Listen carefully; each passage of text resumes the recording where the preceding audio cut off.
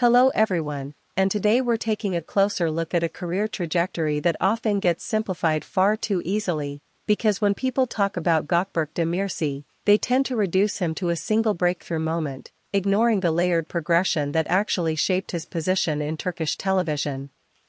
His rise through the daily drama format, especially with Yamin, did not simply hinge on popularity but on endurance, consistency, and the ability to sustain emotional tension across hundreds of episodes, which is a very different discipline compared to primetime series.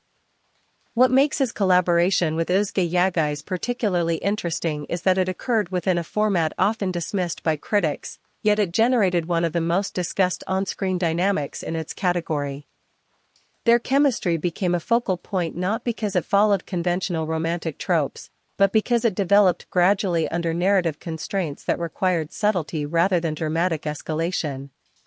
In interviews and audience discussions, it becomes clear that viewers were not just reacting to scripted romance, but to micro-expressions, pauses, and restrained performances that felt unusually authentic for a daily production. At the same time, when Yağız exited the project and transitioned to different roles, including more mainstream productions, the divergence in their career paths sparked ongoing comparisons about range, ambition, and industry positioning.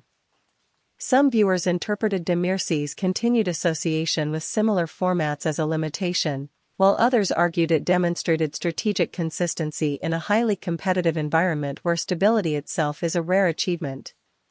The conversation around them today is less about a single project and more about how two actors starting from the same narrative space can evolve in entirely different directions while still being linked in public perception. So the real question is not who succeeded more, but how differently success can be defined in an industry that constantly reshapes its own standards. What do you think matters more in the long run, reinvention or consistency?